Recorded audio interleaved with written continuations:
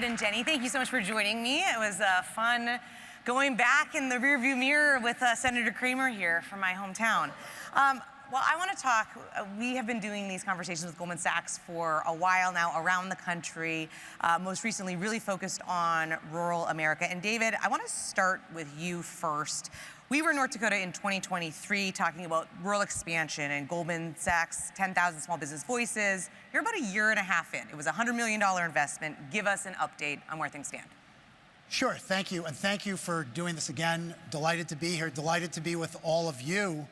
And we continue to be, just incredibly proud of this program and the impact the program is having for small businesses. I think that, that our team at the firm really identified, while over the last 15 years, we've enabled this 10,000 small business program to have a big impact throughout the country. There was a need in rural communities to create better access. And you look at a lot of these rural communities, these smaller communities, 250 people to 10,000 people in these towns, the ability for small businesses to really drive growth in the communities, prosperity in the communities, was really more significant. So we've launched in 5 or 6 different states. We have a doubling of that plan for the next 5 years. And the take-up and the success that we see matches what we've seen for the 16,000 businesses that have been through the program across all 50 states in the country. So good progress, more to do. Job creation across the United States is driven by small businesses, and this program is trying to help accelerate that. All right, Jenny, I want to get you in on the conversation. Thank you so much for joining us. Tell us a little bit about your business. Well, I'm Jenny Steffensmeyer with Steffensmeyer Welding and Manufacturing. We're located in Southeast Iowa, and we do all things metal fabrication. Okay, so as a rural small business owner, what are some of the challenges and opportunities that you are facing right now? Well, challenges are access to affordable capital. That's a big one for me, and skilled workforce. What's super exciting for us at Steffensmeyer Welding is 2025. I think that there's just a lot of opportunity for growth, which is something that, of course, the 10KSB program was all about, helping us understand how to grow our businesses. And now that I have 2 of the 5 kids on staff, they are just full of energy, and so we're poised. We're very poised, and I'm super excited. It's amazing to be out here with 59 other business owners like myself, rural America, and it's hard to pick one, even a couple of things that the program did for me, but as I continue to participate in these conversations, I have to say it's really been impactful to understand the significance of what small business does for the overreaching economy, not just our local communities, but overall. Absolutely. David, there's a lot of focus on the changing dynamics in Washington. We have built an entire conference all day around it today. We have a new administration. Republicans now control Congress. How is the current business environment from your perspective for both large and obviously small businesses? Well, thematically, there are things that I hear from large cap CEOs that are very similar to things that I hear from small businesses. Jenny mentioned, one thing that's super important to everyone, and that's access to capital. And so we've been in an environment for a variety of reasons where capital has been more expensive. If you've been a big business, and it's certainly been, more expensive, and there are headwinds to access it if you're a smaller business. And so, thematically, that's the same. I think generally speaking, the business environment, is constructive. There are headwinds. There are also some tailwinds. One of the things I hear continually from both big and small businesses is the impact of regulation on their ability to invest in their business. Now, for big businesses, they can bear that burden much more ably, but for small businesses, it can be crippling. So one of the things I'm excited about is this administration, I think, is going to run a more deregulatory focused administration, and I think that really will create tailwind and catalyst for growth with small businesses. I think it's super important that we get the balance right. I'm not sitting here and saying there should be no regulation, but it's gone too far. It needs to be peeled back, and especially for small businesses. Somebody made the example in our discussion earlier today, that Jenny and I participated in, that a $500 fine for a small business is a big deal. Right. And so, enforcement actions, regulatory actions have an effect, and we need to create more running room to allow people to invest in the economy to grow.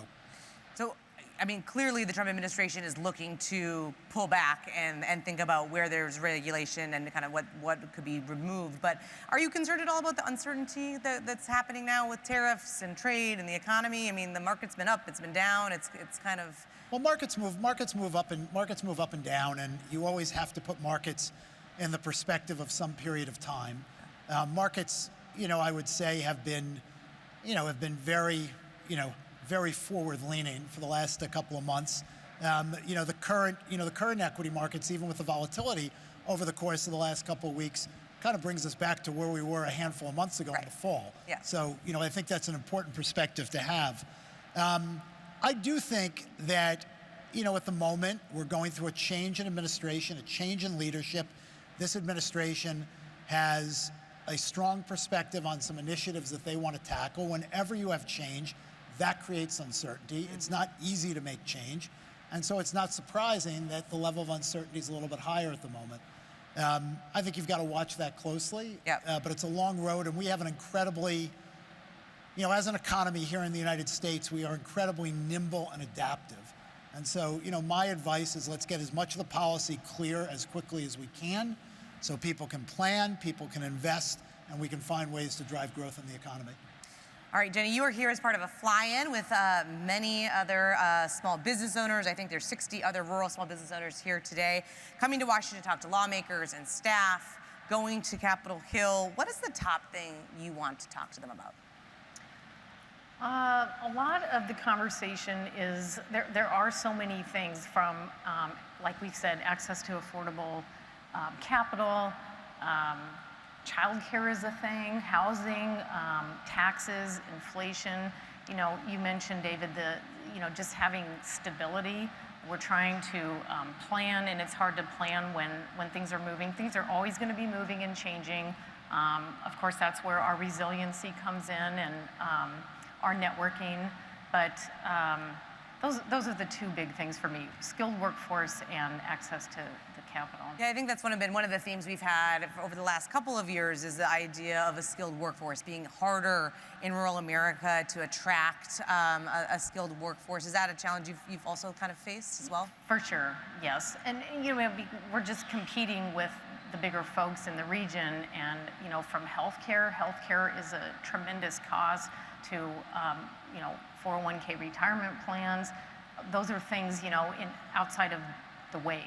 Right. Mm-hmm. David, we've talked a lot about tech and AI. We were just talking with Senator Kramer about it. The most recent Goldman Sachs 10,000 Small Business Survey found that small businesses in rural America aren't keeping up when it comes to artificial intelligence, lagging about 10%, maybe a little bit more in terms of adoption to suburban and urban areas when it comes to small businesses.